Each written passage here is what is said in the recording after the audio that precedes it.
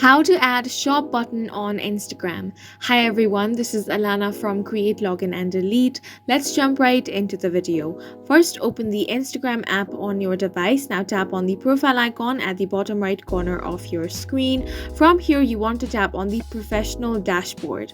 Professional dashboard is only available in the professional account.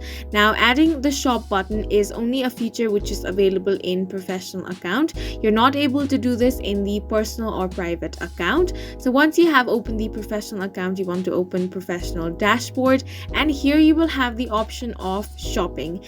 Now, the thing is, this option is only available to the accounts that have been approved for Instagram shopping. So once you tap on and get started over there, you will be able to select product catalog to connect with your professional account. And once you go through all the process, you will be able to add the shop button on Instagram.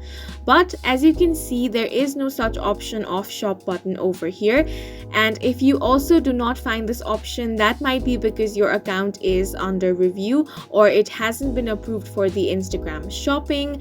So the review process can take up to a few days, but sometimes it might take even longer than that. So once your account has been approved for Instagram shopping, you will be able to add the shop button. And that's it for this video. Please make sure to hit the like button and subscribe for more helpful tutorials.